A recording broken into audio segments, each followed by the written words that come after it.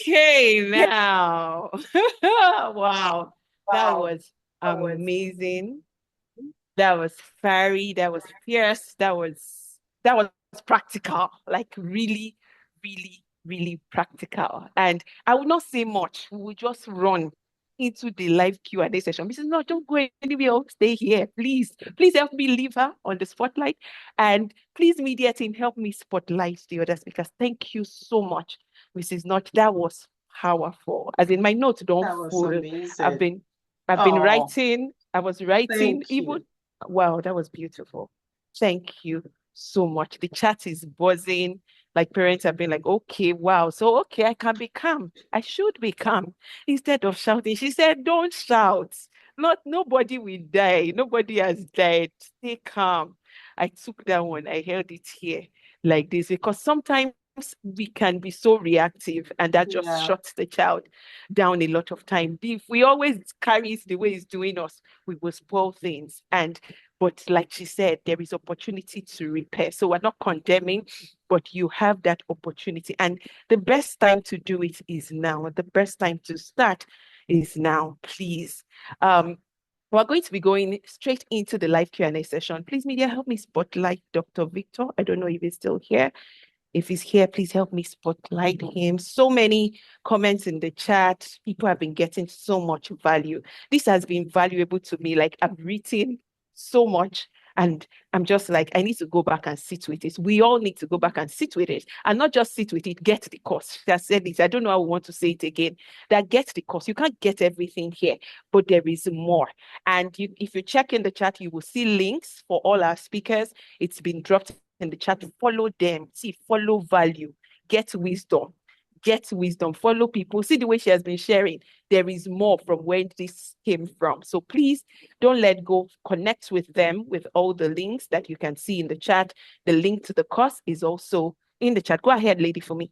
I think Dr. Victor needs to turn on his video so for him to be spotlighted. Okay, please, Dr. Victor, we're waiting for you.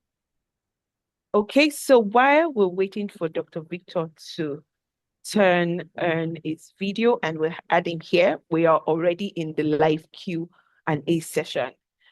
We have some questions already on Slido and I can see some questions here in the chat as well. We've collated a few of them and we will just take that. So let me go back to one of the first questions we had on the chat. So we've been talking about educating the children, having this conversation.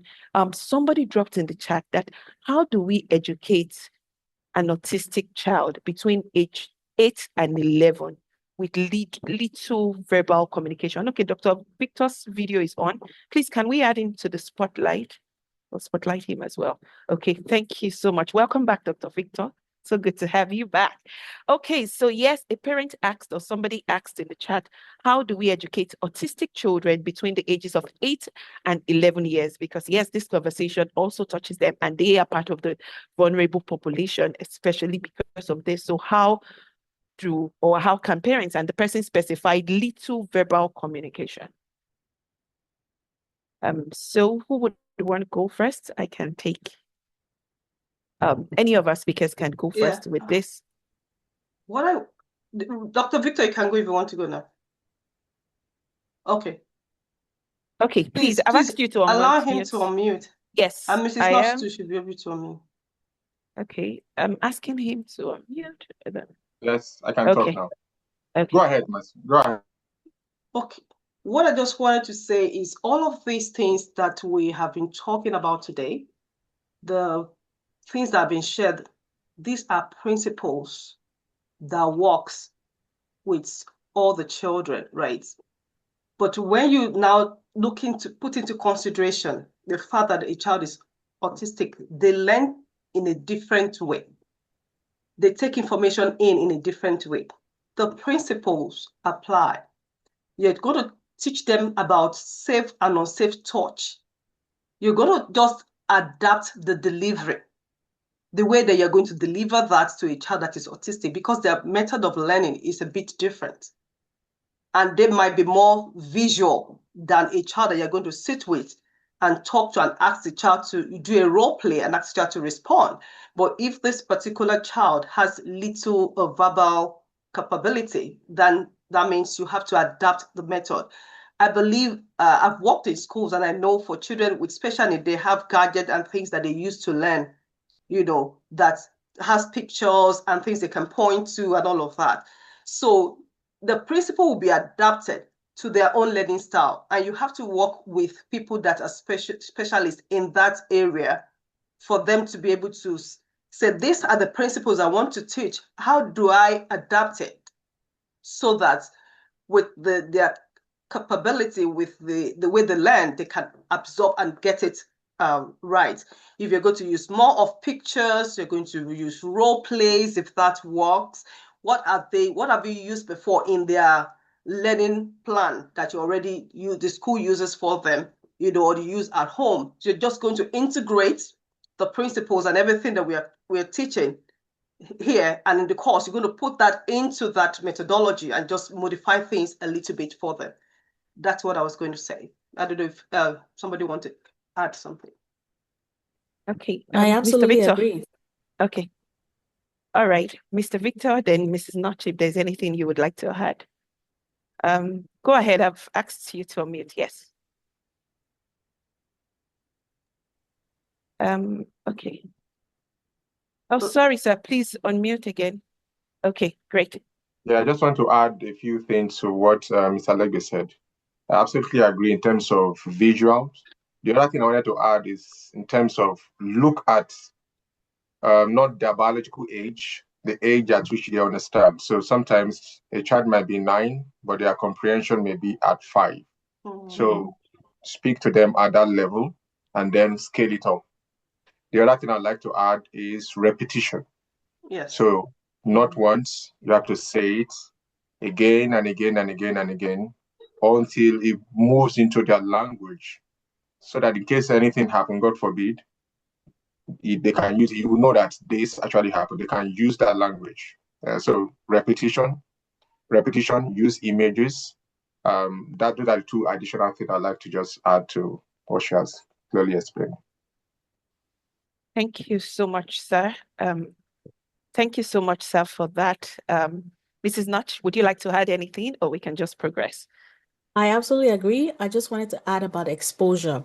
So a lot of times when children are autistic, our parents usually hand them a technology device to babysit them when they are dysregulated. Please make sure that that device has controls in place, because many autistic kids are extremely adept at navigating technology. Do not think that because that child is autistic, they cannot do certain things on that device. Yes, they can. So make sure that the safeguards are in place. Make sure that things are passworded. Make sure that there's limits and you are able to go back and view what they do. At least one parent in the house should be reviewing your digital footprint in the family. Preferably the person that has higher tech skills. In my family, it's my husband because he's a computer scientist. I don't even understand all those things. But when he reviews it and he shows me, I can tell. So go back and review what your child does on that device, especially when they're autistic. It gives you an idea of their capabilities and where they have been and how you need to put safeguards in place for them. Wow, amazing. Thank you so much for that. And I want to believe that answered your question. If the parent is still in the room, quickly moving on, there's a question I really want us to answer. So a parent, in fact, 2 parents are asking this question, and it says, how do you address a partner that sexually abused your child or a child in your care? Another parent said, if your partner is sexually abusing your child, how do you handle this? So maybe I want to go with Mrs. Notch. Mrs. Notch, please go first. Then we would move from there to our other speakers. That is truly disheartening, and I empathize with you because you are in a difficult position. You are torn between your love and affection for your partner and for your child, the one who is your child or your care, or the one that you are a caregiver for. In Canada, we call that intimate partner violence, and it is a crime. So love or not, a crime is a crime. and it needs to be addressed that way. This is how a lot of abuse becomes institutionalized in families. And I want you to know that a partner that is abusing a child in your care is, you need to reevaluate your relationship with them, because that lack of boundaries will definitely find its way into your relationship with them. And you are also liable if you are aware. We watch all these movies of men that say they are interested in the daughter, and the mother will give her daughter over to the man. And you know things are never really well after that. There's nothing right about that. Please remove that child immediately from having access to your partner. I didn't say remove your partner. I said remove the child, because that is a person that is vulnerable. Remove the child immediately. Ensure that that child is safe, and deal with your issues adult to adult. But that child needs to be saved and protected, not just by the law, first by you. If you have to report the crime, do so. If you feel you are not able to report the crime, separate immediately, irreversibly. Deny that partner access to that child. Even if it is it doesn't have to be a partner. It can be a relative. Deny access to that child immediately. Do not blame the child. Do not say the child caused it. It's what you are wearing. It's what you did. It's what you said. You must have seduced them. All those things are excuses you are making, and you are also abusing that child psychologically by endorsing or shaming or blaming them. So that child needs to be separated immediately. Take them away. You have to give up your own access to that child too, if you want to remain with that partner. And should you decide to separate from that partner, that's totally up to you. But that child can no longer have access to the partner. Don't say I've put safeguards in place, I will ensure they are not alone. No, they always fail. Always fail, and you're endangering the life of that child. Think about it as a radioactive device. You are not going to leave a radioactive device in your home and say, I've put it in one corner. No, it will emit. It will emit, and it will poison you and kill you slowly. So that person is radioactive, and you need to separate them from the child immediately and permanently. Even when they apologize, even when they make amends, even if they are the ones that came to confess to you to say, I did this, it doesn't matter. They are now radioactive, and you have to separate the child from them permanently. Yeah. Thank you so much, Mrs. Notch. I'm sure Mrs. Lady Fumi would want to say something to this. Absolutely. Mrs. Notch has done a very good job answering that question. I just wanted to add that sometimes we take decisions not considering the child first. I mentioned something that Barrister Akelami taught us. It was acting in the best interest of the child. Every decision, everything we are doing, we need to put the child at the center first.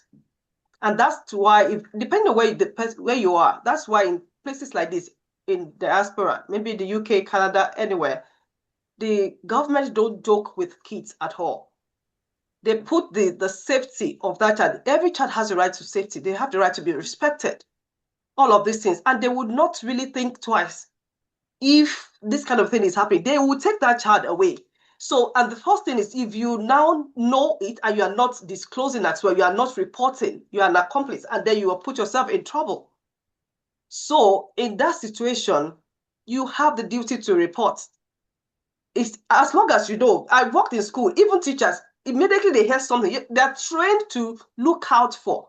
You hear something, you have the duty, they will first report. You cannot be proven innocent or whatever, but that report has to be made. Investigation needs to happen. Yes. It's the same thing. Please, let's act in the best interest of the child. Most times we put our reputation first. And in doing that, we protect the abusers. They are not reported. They are not apprehended. They go scot-free. And they go somewhere else. They abuse another child. And that cycle continues. All in the name of, I want to protect our family image. Yes. I don't want people outside to know all of those things. And the child is now left to carry the burden and the pain alone. Do you see? So we should act in the best interest of the child in this kind of situation. Follow everything that Mrs. Nance has told us to do. That is what you should do. Please, and separate. There's no apology and everything, and you're still going to. Please, that child has the right to be safe. And that should be the priority, while adults are dealing with their own issues. Exactly. Thank you so much, Ma. That's just so on point, and Mrs. Notch said it even in a session, that you cannot put your status first before the child, because a lot of times we have parents saying, oh, our family name, oh, what would people say? What would people say? It is the child we are concerned about. It is the child first, because that child is vulnerable in that situation. And there's no amount of, you heard Dr. Victor talk about how these predators groom children. They take their time, they are ready, they are patient, they are looking out, they are putting everything in place. So there's no amount of guard you want to put, especially in a situation like that. Please take the child out. That is really, really, really important. So moving on, thank you so much for that. I hope this has helped somebody and a few other people within the room. I have somebody asking here that sorry, let me take that question. I saw a question and I want us to take it. Okay, yes. At what age should parents limit affection, especially same gender? Fathers kissing boys' cheek, moms hugging and kissing, or what boundaries should be taught? How should we teach this boundary? Yes, we said connection. Yes, we said, so is there a level? I know there was even this conversation about, oh, at what age should the father stop beating the child, especially a female child, and all of that. So this mother is asking, what is the right boundaries to be put in such a situation? Where do we draw the line? Where does affection becomes too much affection when it comes to a parent and a child, especially same gender, even the opposite gender, if we can address that? Okay. Okay. Who wants? Let's hear from a daddy's perspective. Let's hear from Dr. Victor. Is it okay? Can I make a statement for the last question and then quickly respond to this one? Is it okay? Yes, please go ahead, all right, sir. just to quickly add one more thing to that is our community. I'm talking about community in terms of BAME community. We are very collectivist. Collectively in the sense that we think in terms of group. So sometimes when a woman finds out that her partner is abusing, it might be very difficult to separate herself. So what I always recommend is, after you've reported, done everything that Mrs. Notch talked about and Mrs. also talked about, ensure that you talk to somebody in the community, because you need some people may need financial support. The reason why pulling themselves out from that may upset the mortgage and all those kind of things. Talk to people in your community that can come and shield you. Find charity that supports women in your particular situation, because you need some financial landing. Sure. So that while you are sorting out the legal part, I like what somebody said, you can be legal culpable if you don't talk. You also need to talk about the practicality of what will happen to your life after the man. If the man is the main income earner, it's going to distort your life, particularly if you're not a resident in that country. So also look at some of those people so that you can, when you are pursuing, you will not be looking back and saying, how will I? That's why some people don't pursue they follow the process to the full length of the law. Yeah. So that's what I wanted to say. Now, to the point of what you're saying, for you to be asking that question, it means that something is telling you in your gut that something is wrong. In terms of boundaries, generally speaking, I think that it happens naturally. It will get to a point where even you as a mom, you begin to kiss your child, your boy will be like, no. Once they get to front of the school, they're already telling you that, please stop all this, They don't mind you hugging them in private. They will tell you. But if after you notice that the child is pulling back, but if the other parent is still, pursuing, still kissing, I think at that point you should have a conversation with your partner to be like, I know it's your love, but I think at this phase of their age, we should respect when they are pushing back, so that you teach them how they can push back to other people outside. I'm giving you like a language that you can use so that your partner doesn't feel offended or misinterpret whether you are calling them a predator. Sometimes it's good for you to. The reason why we are doing this so that they can also be able to say no to somebody outside. If they say no to us and we get offended and we push through, what we are doing, we are eroding their boundaries, their personal boundary. So you can use that kind of language. Your partner will not feel upset.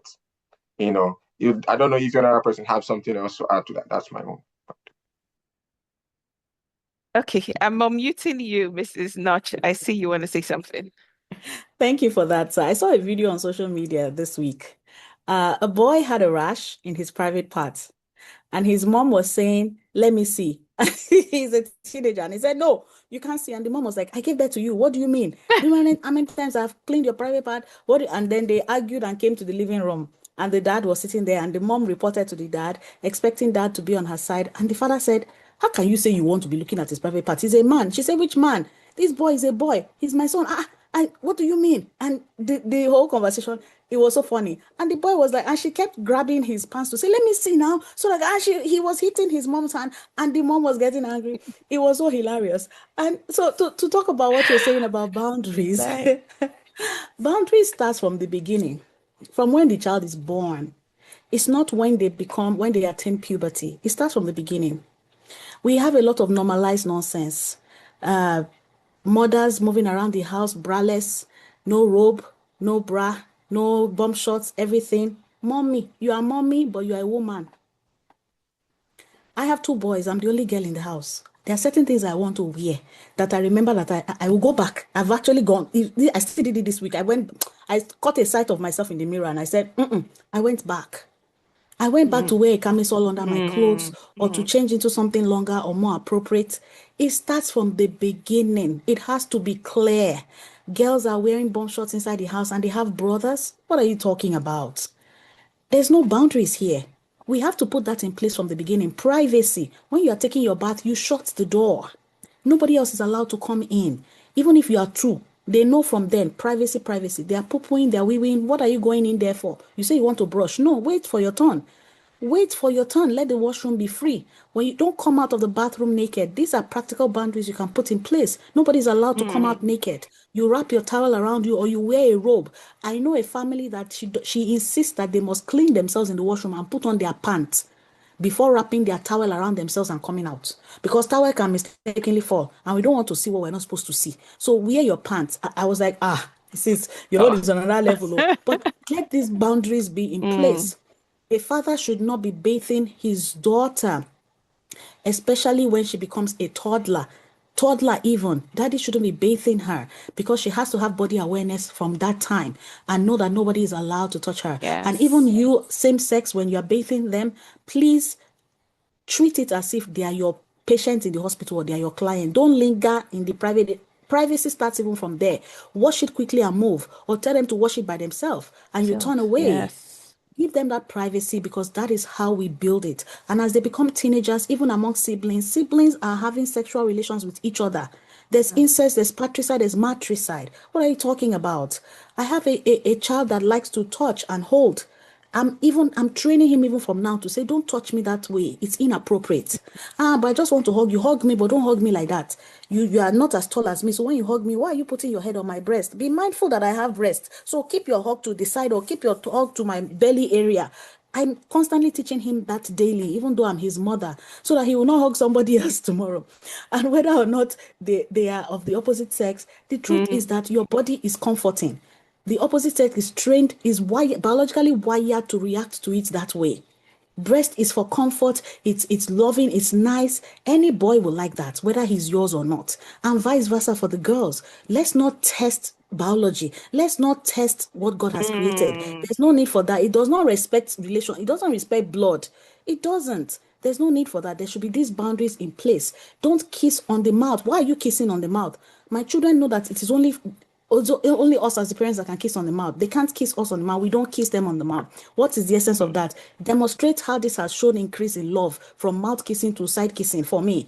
There's no evidence to support that. It doesn't mean that you love them more because you kiss them on the lip. You're blurring the lines of those boundaries and you make it Boundaries. difficult for them to recognize it when it happens outside. So whatever boundaries you want to see, start practicing it in the house with yourself as parents, amongst your children as siblings, and they translate that into the boundaries they will have for body safety after. I hope that this is really clear. And even for their friends in school as well, their body is private. Everything about their body is private. Nobody is allowed, not even you. If the father has to bathe the daughter because there's no other way, or he's the only parent, they should teach her how to wash her body well. He should pull the shower curtain and instruct her on how to wash things Yeah. appropriately. That is the correct training. Wow. Thank you so much, ma. That's justice done. Or do you want to say something, Lady Fumi, before we move? But I feel That's like she has done done justice. a very good job answering that question. I just wanted to add a layer, which is about body consent, like their body belongs to them. So that privacy. And I want to set an example. Even your children are not cannot be forced to hug somebody they don't want to hug.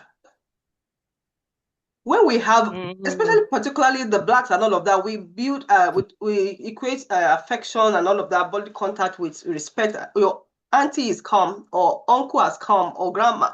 If your child does not want to hug, it is okay. You ask them, do you want to, or it's okay to wave. Let them know that it's okay to wave, and it's not disrespect. So in trying to raise safe voices, you really need to educate everybody around you. We talk about 5 cycles in the course.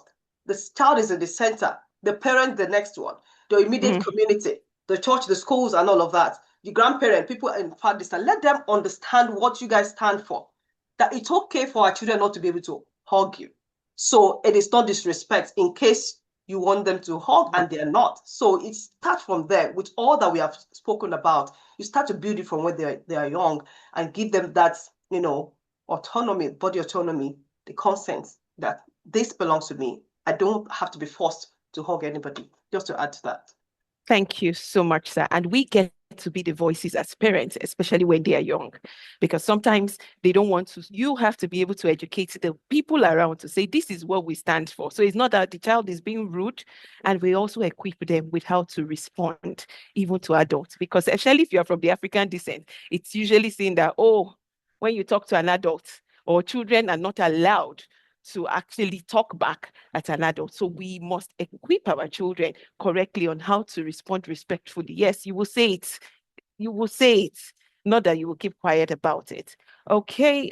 There's a question here, and it's across different ages anyway, but I would say get the course, because in the course you will find how to talk to your children. So a couple of people are asking, at what age do I start talking to my kids about sex? Some said they are 4, another said they are 16, somebody said they are 3. So different across different age group.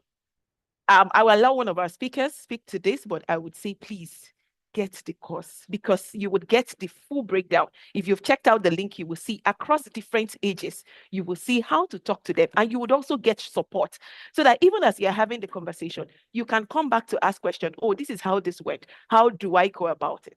But yeah, I will allow Lady Fumi respond to that quickly, just in response to that, maybe in 1 minute, Lady Fumi. Yeah, let me answer the question of at what stage do you start? You start as early as 3 years old, when your children are able to talk. Even if they're not able to talk, you can start as early as that. And people start to say, oh my God, what do I start to tell a child at 3 years old about sex? Many times we interpret all of this thing with our adult brain. When you're thinking about that, you're thinking about all the, reproductive system, the biology, and all of the big curriculum. You don't need to do that. It's in layers. There's a level you will start with a child at that age. That's where you're helping them to be aware of their bodies. You're naming the body. I mentioned the sex offender that really assaulted over 75 children, and they were interviewing him. And the only thing that made him to leave a child alone, if that child is able to, name their private parts, you're given the right name. Yes, that tells the guy that this is a very well-informed child. The parent knows what they're doing. I better run away from here. So a child that is shy, that doesn't really have the right words, cannot protect themselves. They don't have the language. And you're exposing them to a predator, because they will be prime targets. So you start by naming their private part. And it's simple. We teach you the strategy of how to go about it in the course. What you say at that age, when you move to the next age group, what you start to layer on the foundation that you have built. So it's something that you have to break down into the age groups. So as the question is around different age groups, Mrs. Bumi has already told us. It's really there. It's not something we can teach, right here. But the principle is that you start as early as the child is 8 years old. name the private parts, weave it into everyday activity and things that you're doing, and teach them what is safe, what is unsafe, what is unwanted touches, things like that. Thank you so much, ma'am. So I have a question for you, Mr. Dr. Akuna, and then one question specific to you, Mrs. Notch. I'll take Dr. Akuna's own, and the person actually say, this is for you. Dr. Victor, somebody saying, my children play games on Roblox. After checking with them some times ago, they said the app is harmless and they are just playing their games. Are there any safe apps for games for children? And should I disconnect Roblox on their devices? For safe apps, I'll recommend that you research that. I may not be able to recommend any particular brand here. But in terms of Roblox, on its own is harmless.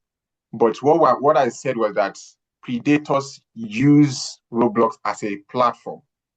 And there's a lot of interviews out there that shows that the chief executive, the managers of Roblox, they're paying lip service to clamping down on predators on the platform. There've been many people that's a particular man's show I watch. I think his name is Sean Ryan. He invited a particular gentleman, two of them, on Roblox. One of them said he was groomed on Roblox.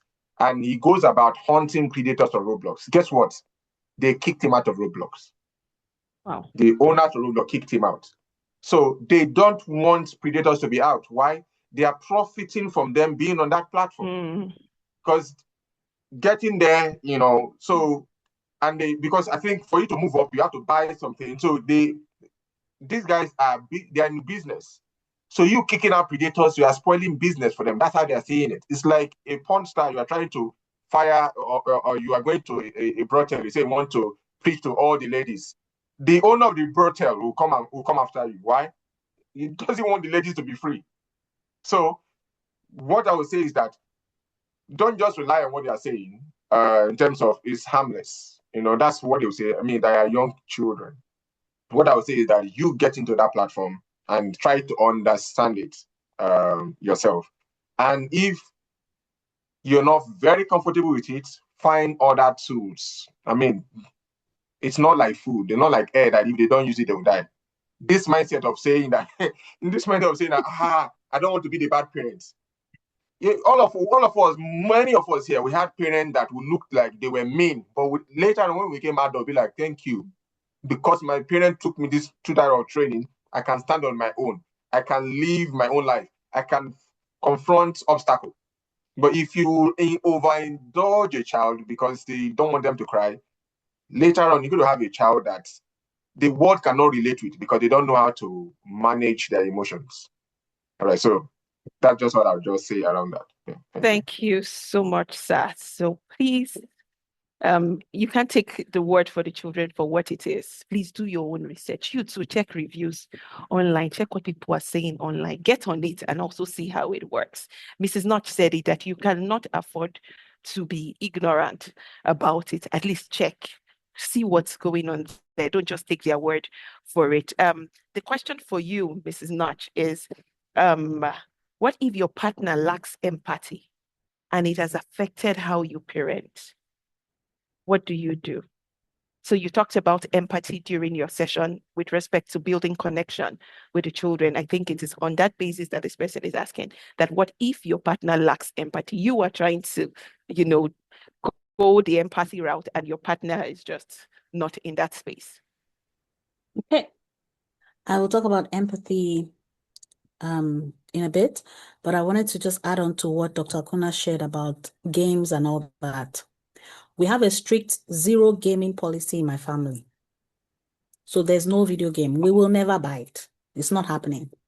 The reason is because he mentioned something. He said they can do without. It's not food, though. It's not part of basic needs. They don't need to have it. I didn't grow up with video games. And there's an advantage to that. We have discovered that we don't have all the time in the world to instill the skills that our children need to be successful in life.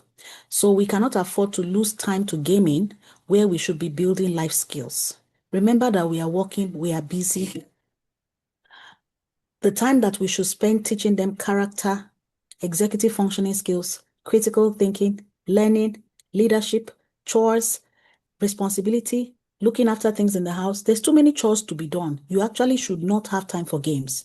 If you are doing things right, there should be no time for games. There should be time for entertainment and relaxation, but there's no time for games. So your children should have a schedule. And if you are doing things right, that schedule should not permit gaming. Okay, just to mention that. Now for empathy, as Africans, we were not taught empathy. We were not taught some of these things.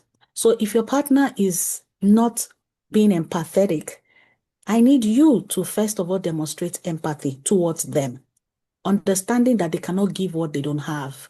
Maybe they were not raised that way. Maybe they were not raised with empathy. Maybe in fact, they probably don't have that skill of empathy themselves yet. So they can't give what they don't have. And you start with yourself. You don't need your partner to be on the same page with you. You just need to start. And when they see that what you're doing is successful, they will start to emulate what you're doing. For example, you stop shouting, you stop yelling, and the children are cooperating with you.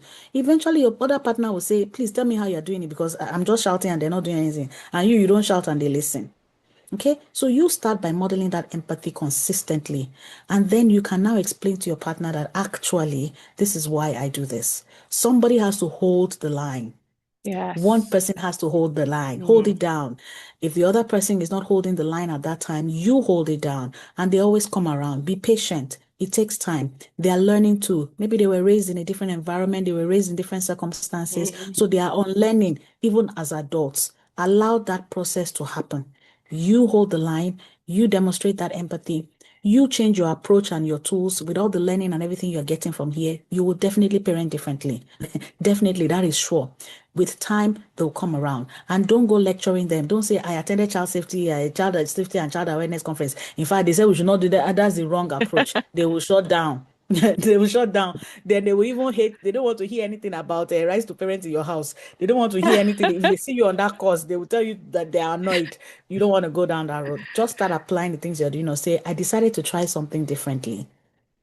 Let me see if it works. And then they see that it's actually working. And that's how you get meaningful results. Wow. Thank you so I also much. see that there are a lot of questions in the chat about bathing, sleeping together in the same space. So I don't know if there's time to address that because this seems to be a I was recurring question. thinking if we could actually address that. That's like the last question, and then we can take. I'm so sorry, everyone. I wish we had more time. I will take that. Then I'll take Yinka. Your hand has been up for a bit. I hope that's not a mistake, but I'll take this question. What advice can you give? Maybe you can just use that, or we can just use that to address all the bitten question. I see you've addressed the one in the chat already, Mrs. Notch, but somebody is asking that what advice can you give a couple that has two kids, a boy 6 years old and a girl 3 years old, and they're living in a two-room apartment where the boy and the girl are sleeping in the same room? So I just give you, I know time would not permit us, but if you can just address that in like 1 minute, and then I'll take Yinka.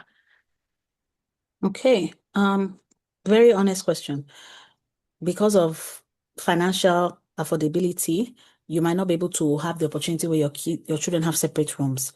One of the things you should try and do, if possible, is to separate their beds. So even if they're sleeping in the same room, if possible, separate their bed so they can have a bunk bed instead of one bed where they're sleeping and their bodies are touching.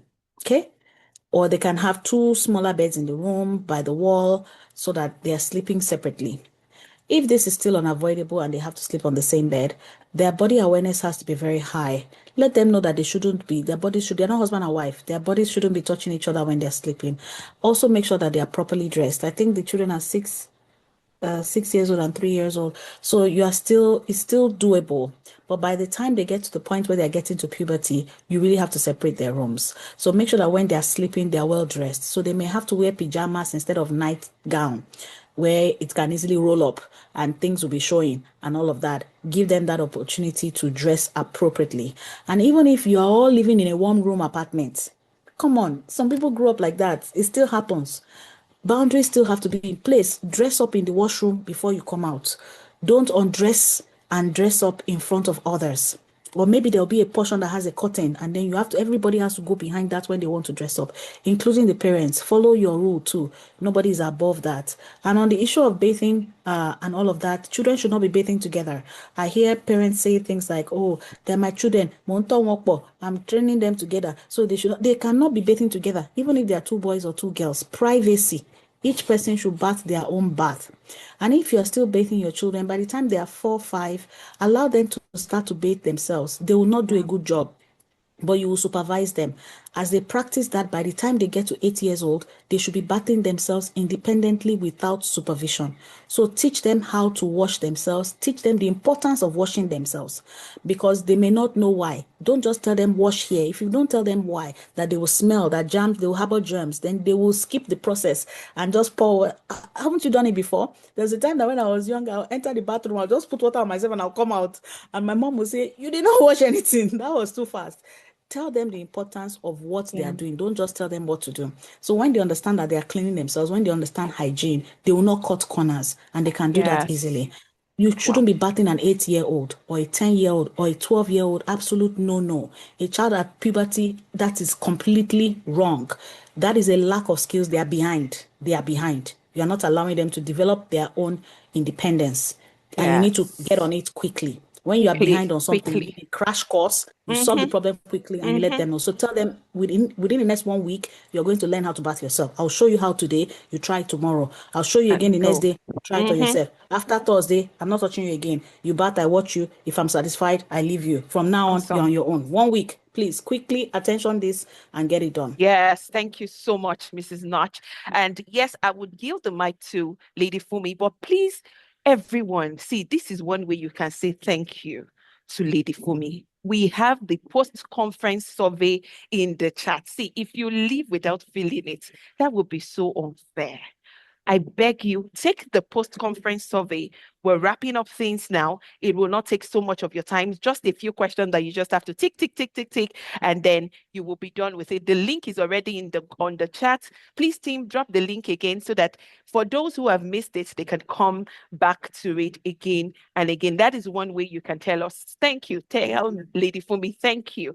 Lady Fumi, please, over to you before I bring up Yinka to just talk Yinka, about a few okay. things. Thank you, everybody. Like Bumia said, thank you for filling the form. That's how you say thank you to every one of us for giving you this all for free for today.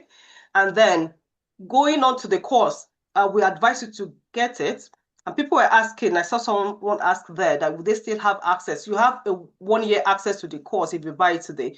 And mind you, the course original price is 97, but for people in the conference, it's what we're giving 67. So you want to take advantage of that. If you wait the next 2 days, it goes back to the original price, and then you have access for 1 year, and you can choose to return year after. So that's I just want to make that clear.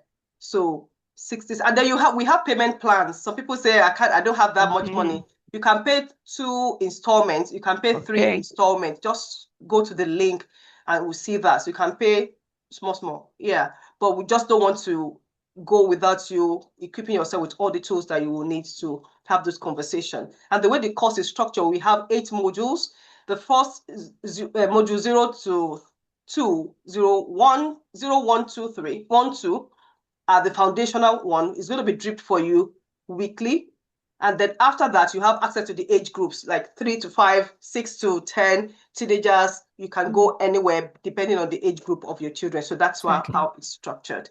Just want to say that. Wow, thank you so much. Lady Fumi, you're so gracious. Please, can we appreciate her? She's a gift that keeps giving. She even made it in such a way that if you cannot pay once, you can still have a payment plan. Thank you so much, Lady Fumi, for doing this. And yes, please, Yinka, if you can, I'm asking you to unmute because your hand has been so up. I know that if I leave this conference and I do not give you the opportunity to speak as you would have loved to speak, it will be so unfair. So go ahead. Thank you so much. Thanks for having me. Mine is not actually a question, but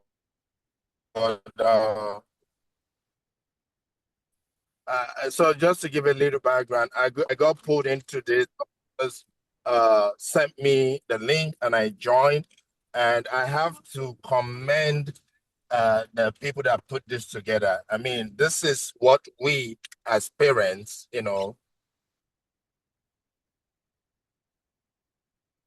We're losing you, Mr. Yinka. Hello? Hello, Mr. Yinka. Can you hear us? We can't hear you from here. Okay, so while he's fixing that, we really just want to say thank you to all our speakers. My goodness, this has been so loaded. Please, can you put it in the chat if you know you've been so blessed? So I have been like moderating this event. I came as a student. I have learned so much as a student, and I just want to appreciate you, Mrs. Notch. Amazing. As in, I can't even explain what you have, the seeds you have sown today, really, the fruits.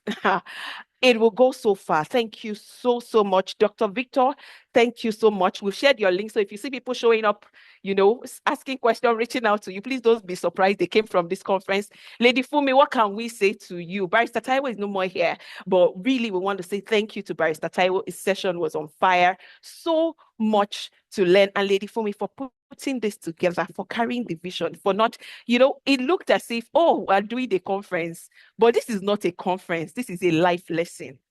You've given us the opportunity to get practical tools, framework, answers to questions that people have been having in their heart. And I just want to say thank you for doing this. And Barrister Taiwo said it. He said, you will see the fruit. This is not going to end here. And one of the things we've said is people will get this course beyond what you even think. This course, it will bless life, it will transform life. So we just want to say thank you. And for everyone, okay, Mr. Yinka, I see your comment. I appreciate those who put this, okay, together. Let me just read his comment. He's back. There we go. He's still raising his hands, but okay.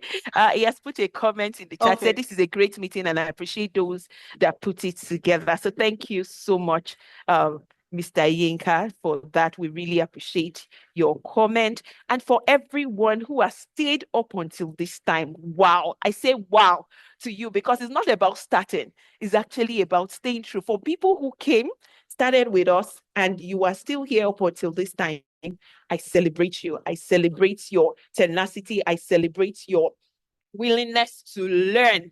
And I just want to say something. See, it will be so unfair if after all that we have heard, we don't go for it. See, sometimes it's not everything. It's just one thing. What is that one thing?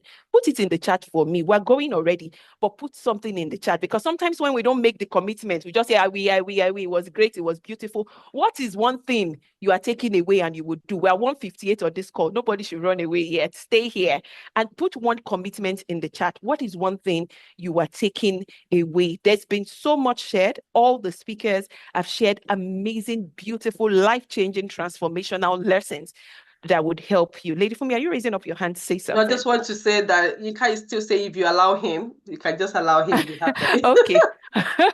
All right, Mr. Yinka, I'm going to ask you to unmute, but please put it in the chat. I'm looking in the chat while Mr. Yinka is speaking. I want to see what you're taking away. Mr. Yinka, you can unmute.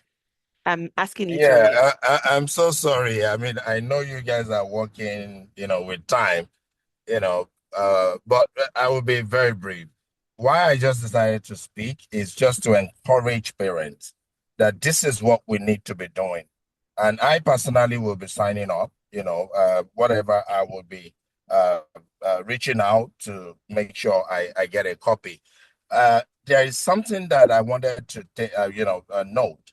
I started an academy close to 2 years now. It's an after-school program where we prep students for, different grades, math, English, and stuff like that. But we started noticing some things. I encountered students and parents going through situations like what she shared. As a matter of fact, there was a very close family to me that the child got kind of initiated through some online stuff like that. I don't know how they did it. And this is a very brilliant boy, doing very well in class, but he joined some gangs and, it was, but thank God, I think things are working better. They are trying to work on it. So I want to just encourage parents listening to this that this is what God has put in our hand. The Bible, I'm a Christian. The Bible says these kids are like arrows in our hand. So we should do all we can to guide them, protect them, and learn as much as we can to be able to like deliver. We've not done it before, but with courses like this, it's going to help us to be able to like, deliver and do better. So thank you so much. I will reach out. As a matter of fact, I'm probably going to bring you to this, to my academy to speak to parents. And that's what is I'm planning right now.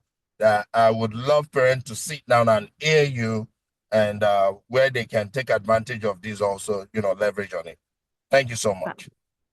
Wow, thank you so much. Thank you so much for that. And really, yeah, if you would love Lady Fumi, or you want to reach out to any of our speakers to speak on your platform, please, you have their links. You can reach out. You can just send a message to them and they will get back to you on what you need to do for them to show up on your platform.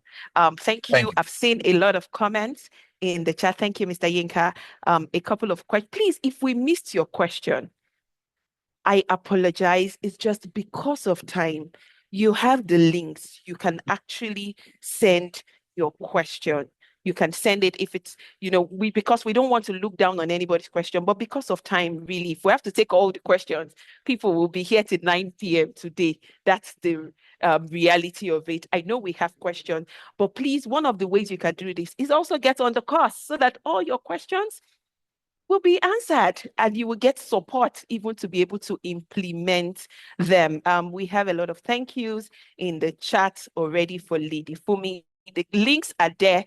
Please, you can ask your questions. Lady Fumi's link is there. Please send your question to her and you will definitely get a response. I don't know if we can get an email from the team just in case people are registering and they need to reach out as well. You can use the IJ link as well to reach out if you have any issues with the link or making payment for the course, or you just want to get more information. Please feel free. And in this way, okay, yes, we have the link in the chat, the email, admin@risetoparent.com. Please copy that somewhere so that if you need to reach out, if you need to send an email, you can easily do that.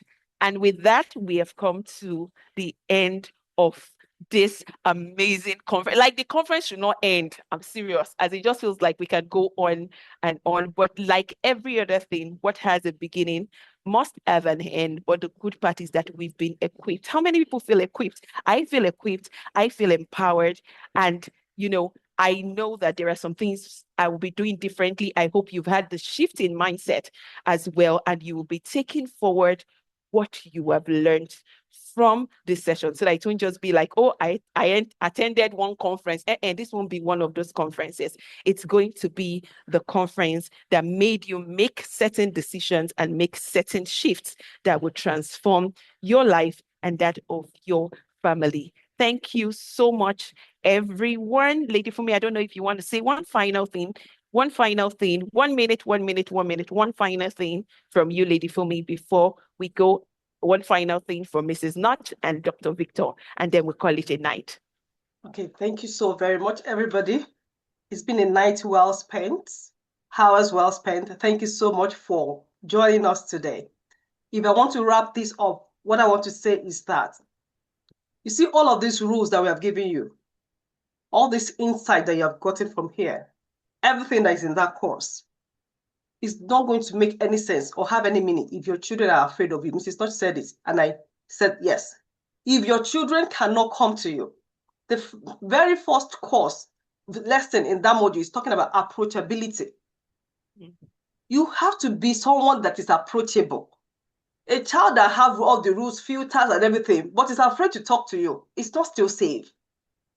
So that connection, building those bridges, connecting with them, being a parent that is approachable is one of the things that you want to take away.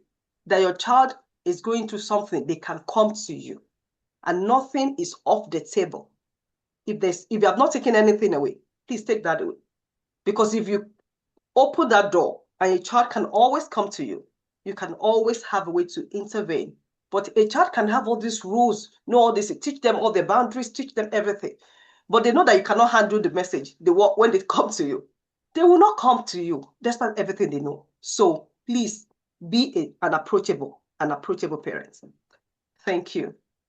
Thank you so much, Lady Fumi. That's profound. Be an approachable parent. Mrs. Notch, one minute. Okay. Yeah. For me, that would be stay knowledgeable. The world is too complex now in tools and strategies. Our old methods will no longer work. Religion alone will no longer work. We have to add to what we have. We have to get wisdom. We have to buy the truth. We have to stay knowledgeable. It is no longer possible to parent with by winging it or with your natural sense. No, parenting is learned. It's a skill, just like cooking. You're not born a cook. You learn how to cook.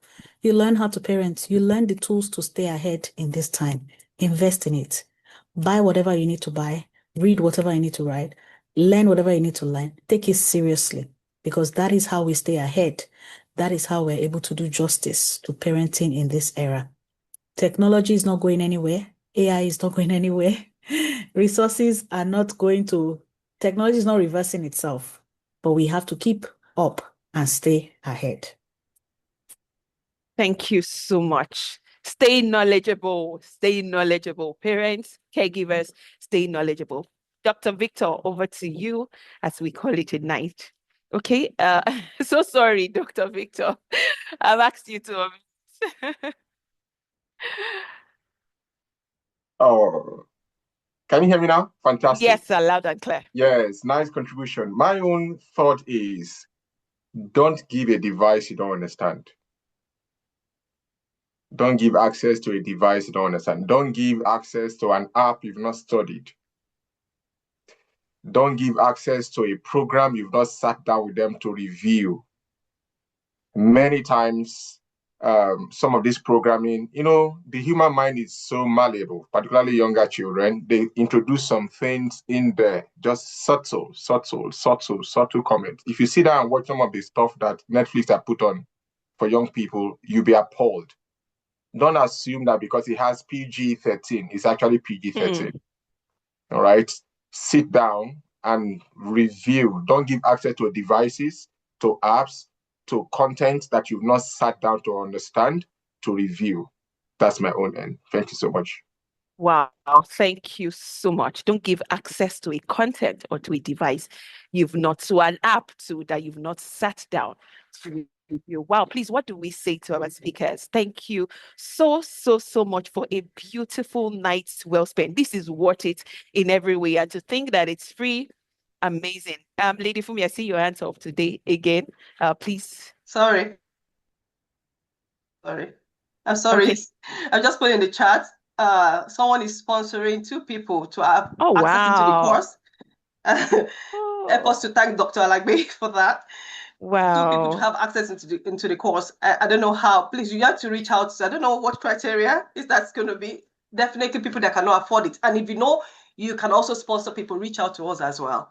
So those people, I don't know, maybe they will have to reach out to the admin. Send an email, yes. They can send an email or reach out to the admin. Please, that is if you truly cannot afford it. Please, if you can afford it, don't take the slot of someone that can afford. Please, I beg. If you can sponsor, don't take the slot of somebody that really cannot afford it. Lady B, I responded to you via a message. I sent you the contact number of the admin that you can reach out to them. You're asking about the breakdown of the plan. Please reach out to our admin and they would give you more information about this. And this is where we call it a night. Thank you so much, everyone. It's been amazing. It's been beautiful spending the night with you. We want to say thank you. We want to say go forward and take actions with what you have learned and keep looking out for that child. Remember, best interest of the child. God bless you. Have a beautiful night. We have the promo coming up. Please listen, watch. And if you still need the link, we will still be here for a bit. If you need the link, if you've not taken the survey, please take the survey. And the link will still be in the chat for you as well. Have a beautiful night. Media team, please, you can play the Nobody video. taught me, so how do I teach my child? I know I should talk to my child about this. I just don't know how. In our culture, we don't talk about these things, but I know I have to. I'm terrified of saying the wrong thing, so I've said nothing at all. But here's the truth. You're not alone, and you don't have to figure it out on your own anymore. There's a course built for exactly this moment. Raising Sexually Safe and Digitally Protected Children, the complete parent course. With 8 modules and 36 lessons designed for children ages 3 to 18, this course gives you what most parents never had: clarity and confidence. Parents who've taken it are already seeing the difference. This program has been amazing, to say the least. I mean, as a parent in today's world, we can't overemphasize the need to have very open and logical sex education with our children. And I say logical because these kids are very inquisitive, and I find them asking me a lot of questions, and you want to answer it with logic, with reasons why. So it was coming from an African background. Obviously it was challenging for me because it's typically not discussed. I've got 3 boys. The first is going to be 13 this year. I've got an 11-year-old and another 5. So the program, the structure really gave me all I needed to ensure I had a good conversation, a rich conversation with my children. And beyond that, I'm more confident to always talk about sex with them. We've grown to create this beautiful atmosphere every day. When they come back from school, I've got what I call the gist of the day. And from that gist, I find out what's happening in their lives and we can discuss. So thank you. I recommend it to every parent today. As parents of 3 boys, my wife and I have been building up the anxiety for the day of the talk. Fumi gave us a system in which the talk isn't a big event. The talk can happen along the way in pieces, and she showed us exactly what to look for so that we actually have the formation of their process and not the correction of the problem. Thank you, Fumi. Inside this course, you'll get age-by-age scripts for every tricky conversation, from sex, porn, puberty, grooming, sextortion, digital safety, gender, identity, to healthy friendships. You're never going to get stuck wondering what to say. You'll have read aloud videos you can watch with your child, where the teaching happens at their level, in a way they understand. Workbooks, checklists, and reference tools you can keep coming back to as your child grows. And you won't be doing it alone. There's a private community and quarterly live Q and A sessions, so you always have support from parents walking the same journey. This course was created by Funmi Alagbi, a family life coach and parent educator, and the voice behind Rise to Parents and Safe Voices Global. The silence that shaped us doesn't have to shape your children. So start today. Begin raising sexually safe and digitally protected children. Start immediately. Come back to it as your child grows. Visit bit.ly/safechildcourse to register now, or scan the code on your screen to get in today.